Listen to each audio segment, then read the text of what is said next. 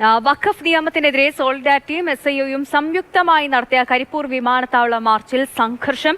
Barricade മറിച്ചുകടക്കാൻ ശ്രമിച്ച പ്രവർത്തകർക്ക് നേരെ പോലീസ് ജലപീരങ്കി ദൃശ്യങ്ങൾ നമുക്ക് കാണാം. മാർച്ച് വരുന്നു, അതിനുശേഷം ജലപീരങ്കി പ്രയോഗിക്കുന്നതിലേക്ക് സംഘർഷം നീങ്ങുകയാണ്. ബാരിക്കേഡിന് പുറത്ത് പ്രവർത്തകർ കയറി മുദ്രാവാക്യം മുഴക്കുന്നു. അതിനുശേഷം ബാരിക്കേഡ് മറിച്ചിടാനുള്ള ശ്രമമുണ്ടായി. പോലീസിന്റെ ഭാഗത്തുനിന്ന് ജലപീരങ്കി പ്രയോഗം ഉണ്ടാകുന്നു. പിന്നീട് കാര്യങ്ങൾ സംഘർഷത്തിലേക്ക് വഴുതി മാറുന്നു.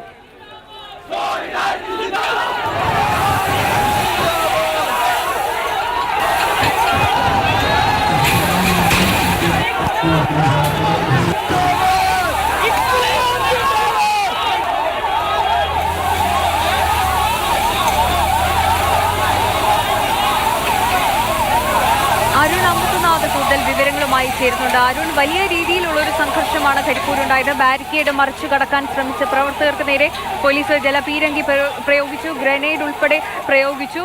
വലിയ സംഘർഷമായിരുന്നു. ഇപ്പോൾ സംഘർഷത്തിന് അയവ് വന്നിട്ടുണ്ട്. നിലവിലെ സാഹചര്യം എങ്ങനെയാണ്? പ്രവർത്തകർ ഇപ്പോഴും അവിടെ ഇരുന്ന് മുദ്രാവാക്യം മുഴക്കുകയാണോ?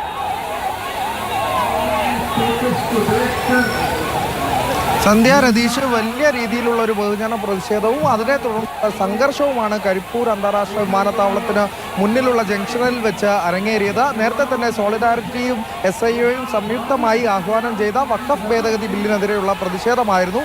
അതിന് DYSP ഉത്തരവ്, കൊണ്ടോട്ടി DYSP ഉത്തരവ് ഈ മാർച്ചിന് നിഷേധിച്ചതാണ്, അനുമതി നിഷേധിച്ചതാണ്. അതിന് പിന്നാലെയാണ് ഇത്തരത്തിൽ പ്രവർത്തകർ, വലിയ രീതിയിൽ 1000-ഓളം പ്രവർത്തകർ മാർച്ചുമായി എത്തിയത്. പോലീസ് ആദ്യഘട്ടത്തിൽ തന്നെ ലാത്തി പ്രയോഗിച്ച് പ്രവർത്തകരെ പിന്തിരിപ്പിക്കാൻ ശ്രമിച്ചു.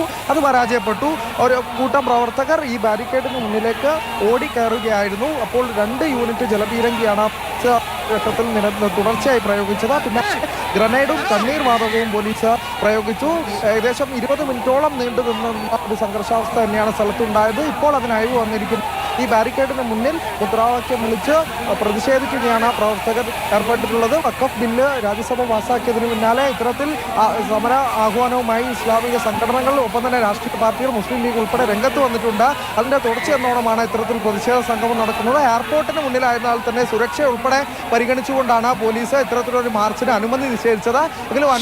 നിഷേധിച്ചുവെങ്കിലും വലിയ തോതിലുള്ള പ്രതിഷേധമുണ്ടായി, പിന്നാലെ സംഘർഷവും ഉണ്ടായി. പോലീസ് ജലപീരങ്കി ഉൾപ്പെടെ പ്രയോഗിക്കുകയും ചെയ്തു. അരുൺ അമൃതനാഥാണ് അവിടെ നിന്നുള്ള വിവരങ്ങൾ നൽകിയത്.